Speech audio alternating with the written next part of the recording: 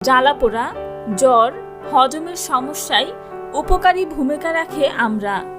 আপনার যদি হজমের সমস্যা, গ্যাসের সমস্যা, কোষ্ঠকাঠিন্য ইত্যাদি থাকে তাহলে মাত্র একটি আমড়া খান।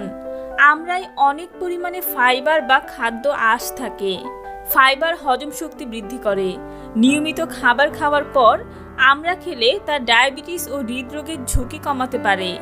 ডায়াবেটিস ও হৃদরোগের রোগীরা নিঃসংকোচে আমড়া খেতে পারবেন। আমড়া হিমোগ্লোবিনের উৎপাদন বৃদ্ধি করে।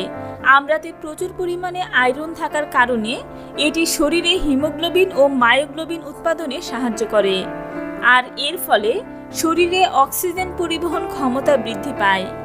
আমড়াতে প্রচুর পরিমাণে ভিটামিন সি থাকে। এ কারণে এটি শরীরের বিভিন্ন গুরুত্বপূর্ণ অংশ যেমন হাড় ও দাঁতের রক্ষণাবেক্ষণ, মেরামত সহ নানা